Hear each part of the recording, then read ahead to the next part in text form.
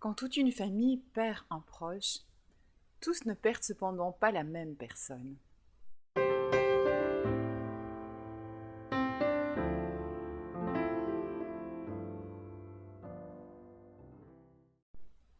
Quand on parle de deuil, on fait souvent des amalgames.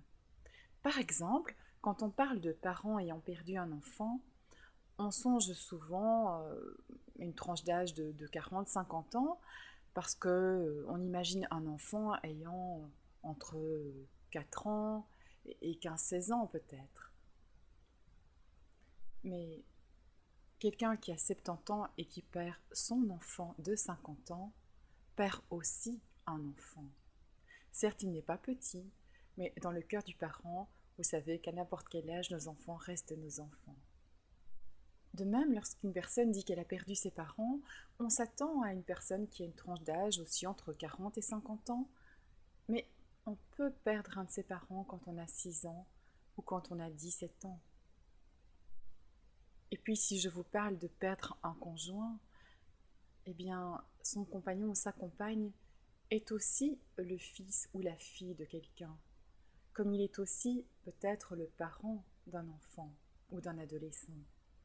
Et souvent, lors d'obsèques, par exemple, justement quand il s'agit d'un conjoint, les gens ont tendance à aller saluer le compagnon, la compagne, l'époux, l'épouse, et oublient les parents, ou manifestent peu d'intérêt aux enfants.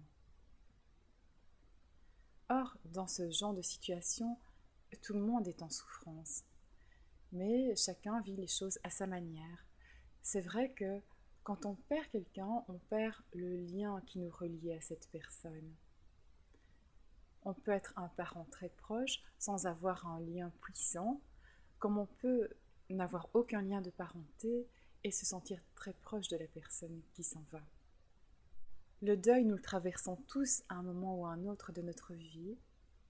Nous le vivons d'une manière différente, selon notre âge, selon le lien qui nous initie à l'autre, et selon bien sûr les circonstances que nous traversons.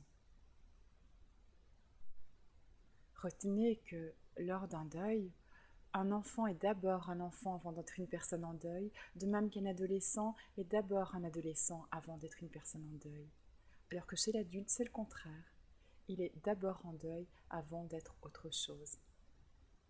Cela nous aide parfois à comprendre des comportements qui sont différents.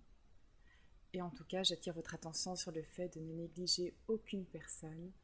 Si elles manifestent leur chagrin d'une manière différente, toutes ont du chagrin. Merci.